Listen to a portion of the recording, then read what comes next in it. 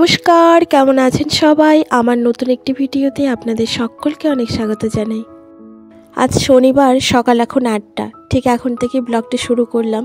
Just আধা ঘন্টা আগে ঘুম থেকে উঠেছি। ঘুম থেকে উঠে ব্রাশ করে এই যে বিছানা গুছোতে শুরু করলাম। তা আজকে দেখছি বেশ ভালো রৌদ্র উঠেছে। আর রৌদ্র যেদিন খুব কড়া করে ওঠে, ভালোভাবে ওঠে, সেদিন আমি ব্ল্যাঙ্কেটগুলো, বালিশগুলো সব কিছু রোদ্দুরে দিই। বালিশগুলো জানালার মধ্যে দিলাম, আর এই পাশ বালিশটা না জানালাতে ধরলো না। তো এই যে ব্যালকনিতে নিয়ে চলে এসেছি, আর দেখুন বাড়িটা কি ঝলমলে রৌদ্র। তো এখানে রৌদ্রে দিলাম।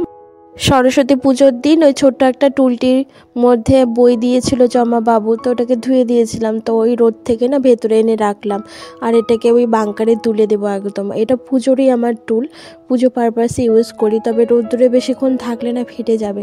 তো চলুন এবার আমি একটু ওয়াশ বেসিনটা পরিষ্কার করে নিই। ওপরে এই বেসিনটাতে আমি হাত মুখ একটু কমই ধুই, ওই জাস্ট একটুখানি মুখে চোখে জল দেওয়া আর একটু ব্রাশ করলে কুলকুচি করা, এইটুকুই করি। আর বেশিরভাগটা না যদি কখনো ফেস ওয়াশ করি তো আমি বাথরুমে গিয়ে করি, নইলে এতটা পরিমাণে জল ছেটে যে ওইগুলো আবার পরিষ্কার করে দিতে হয়। আর বড্ড ভয় করে জানেন তো, যদি ফ্লোরে একটু জল পড়ে থাকে, কখনো নিজের অজান্তে যদি পা দিয়ে ফেলি। তো বাবু প্রচুর জল ফেলেছিল, তো বেসিনটা ভালো করে মুছে টুছে নিয়ে, আর এই যে স্টুলটা আর একটা আসন ছিল, এই দুটোকে আমি এখন ওই আমার স্টোরেজে তুলে দেব। তো বাবুর ঘরের এই পড়ার রুমের এই স্টোরেজটাতেই আমি সমস্ত বাসনপত্র রাখি, বিশেষ করে পুজো আর্চার বাসনপত্র। তো কি অগোছালো হয়ে আছে, এটাকে গুছোবো জানেন তো। ভেবেছি একটু সময় করে সব কিছু ভালো করে গুছোবো, তবে একদম কোনো নোংরা ধুলো কিছুই নেই, একদম পরিষ্কার। বেশ কয়টা গ্লাস কন্টেনার দেখছি স্টোরেজের মধ্যে রয়েছে, আমি ভুলেই গেছিলাম।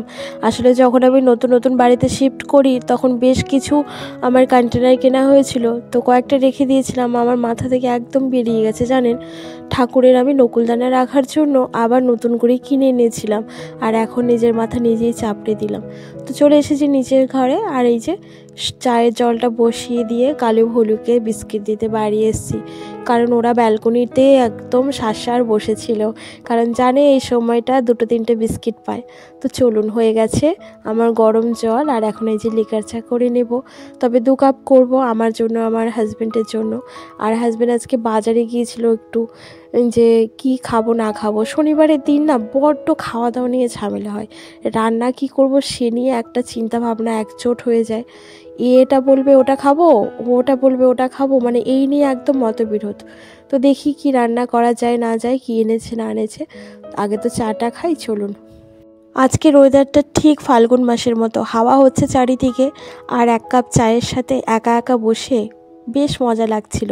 ওঠার ইচ্ছে করছিল না যে কাজ করি, তবে করতে হবে, কিন্তু ব্রেকফাস্ট বানাতে হবে না, হাজব্যান্ড ব্রেকফাস্ট নিয়ে এসেছে বাইরে থেকে। তো চলুন একটু কলাইয়ের ডাল সেদ্ধ বসিয়ে দিই, যেহেতু গরম জল আছে, গরম জল দিয়ে ডাল সেদ্ধ করলে না ডালটা ভালো হয়। তো চলুন বসিয়ে দিয়েছি, এবার খাবারটা খেয়ে নেব।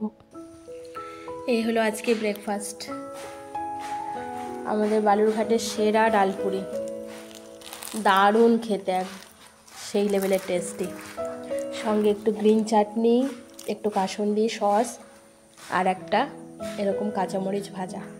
আর এই হলো ডবগা ঝোলের ঘুগনি, ডবগা ঝোলের ঘুগনি। তো চলো খাই, দেখি কেমন।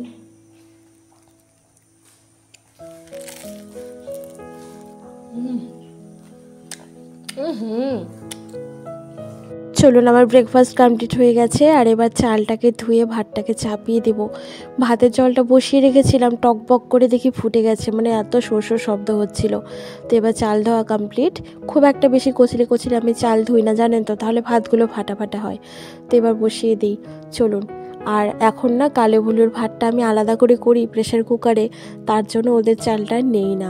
প্রেশার কুকারের মধ্যে যাই থাকুক না কেন, মাছ মাংস সব কিছু দিয়ে একটু খিচুড়ির মতো করে সিটি মেরে দিই, এতে দেখছি ওরা বেশ ভালো খাচ্ছে। আর বাচ্চা ছোটো ছোটো ছানাপোনা হয়েছে, তো ছানাপোনাগুলো না গোটা গোটা ভাত অত কাটাকুটি দিয়ে মেখে দিলে খেতে পারে না, তো দেখছি এই খিচুড়িটা বড্ড ভালো খাচ্ছে। তো চলুন, বাঁধাকপি কুচিয়ে নিয়েছিলাম, আর বাঁধাকপি রান্না করছি একটু ওই লাল আলুগুলো চারফেলা পাতলা করে একটু বড় বড় করে কেটে দিয়েছি, আর সঙ্গে একটু কাঁচা পাকা টমেটো আর একটুখানি আদা জিরে বাটা আর কাঁচা লঙ্কা। তো এই দিয়ে আমি বাঁধাকপিটাকে বসিয়ে দিলাম, এবার মজুক। আর দেখছি আমি নিরামিষের নুনটা একটু বাড়ন্ত হয়ে গেছে, তো নুন থাকতেই কিন্তু নুন সবসময়ের জন্য আমি ঢেলে রাখি। তো চলুন প্যাকেটটা কেটে এবার যতটুকু লাগবে কন্টেনারে রেখে দিলাম। বেশ কিছু জিনিসপত্র আমার জিও মার্ট থেকে অর্ডার দেওয়া ছিল, তো ওইগুলো আজকে দিয়ে গেল ডেলিভারি, মানে আধা ঘন্টার মধ্যেই দিয়ে গেল। তো সেগুলোকে গুছিয়ে রাখবো, পরে রাখবো। তার আগে এই যে এখানে একটু কুমড়ো ফুলের বড়া ভাজবো আজকে, জানেন তো। তো 3টে কুমড়ো ফুলই আছে, তো একটুখানি চালের গুঁড়ি, একটুখানি বেসন, আর ওই সেই পুষনার সময় আমার একটু চালের গুঁড়ি ছেঁকে যে বড় বড় দানা দানা মতো ছিল, তো সেইগুলো আমি শুকিয়ে রেখেছিলাম, ওইগুলো দিলাম।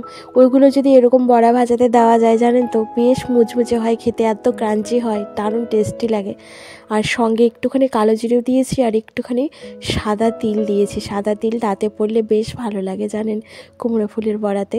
তো চলুন ব্যাটারটা রেডি করে রাখলাম, আর ফুলটাকেও ধুয়ে রেখেছি। আর এদিকে দেখছি বাঁধাকপিটা বেশ সুন্দর করে মজে গেছে, মানে রান্না প্রায় শেষ। এবার একটুখানি ঘি দেবো আর একটুখানি গরম মশলার গুঁড়ো দেবো। তবে এই যে ঘি দেখছেন, এই ঘিটা না ননির ঘি, জানেন তো। এই ঘিটা আবার ভাতে খেতে খুব একটা বাবু, আমার হাজব্যান্ড কেউ পছন্দ করে না।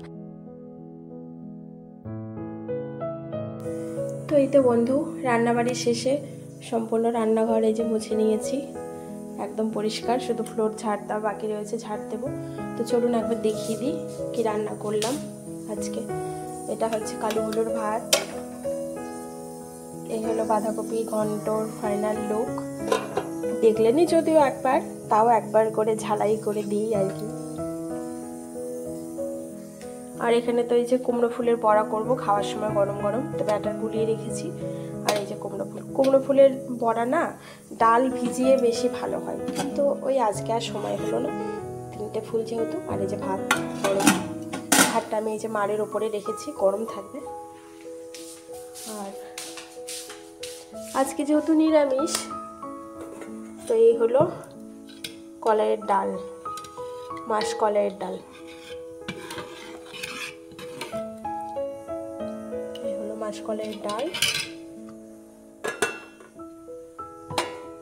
একটু করেছি টমেটোর চাটনি।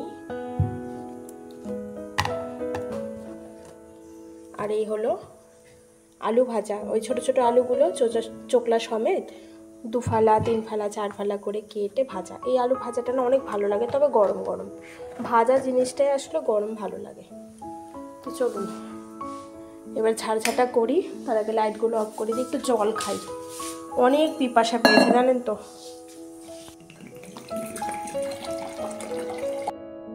জলটা মগে ঢেলে চলুন বাইরের দিকে একটু যাই, ব্যালকনিতে দাঁড়িয়ে দাঁড়িয়ে জল খাই। তবে আমার হাজব্যান্ড অফিস গিয়েছিল, অফিস থেকেই মাত্র আসলো, এখন লাঞ্চ টাইম, প্রায় ওই 1টা পৌনে 1টার মতো বেজেই গেছে। আর আমার এখনও স্নান হয়নি, এখনও ঘর বাড়ি ঝাড়ু দেবো, তবে আমি স্নান করব। ততক্ষণে আমি জল তুলতে দিয়েছি।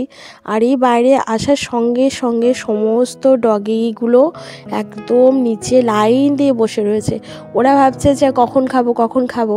আর যখন ওই প্রেশারের সিটি পড়ে, তখন ওই চিমনি দিয়ে বাইরের দিকে না গন্ধটা যায়, আর ডগিরা কিন্তু গন্ধটা ভীষণ ভালো পায়, অনেক দূর থেকে পায়।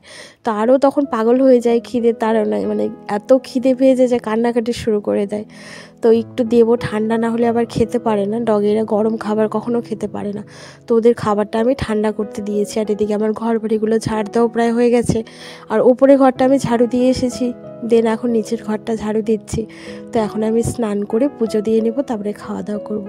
তো চলুন বন্ধু, আজ এখান থেকেই বিদায় নেব। আজকের ব্লগটি আপনাদের কেমন লাগলো, ভালো যদি লাগে তাহলে একটু কমেন্ট করবেন, একটি লাইক দেবেন। টাটা, আপনারা ভালো থাকবেন, সুস্থ থাকবেন, আবার দেখা হবে নেক্সট ভিডিওতে। Bye bye.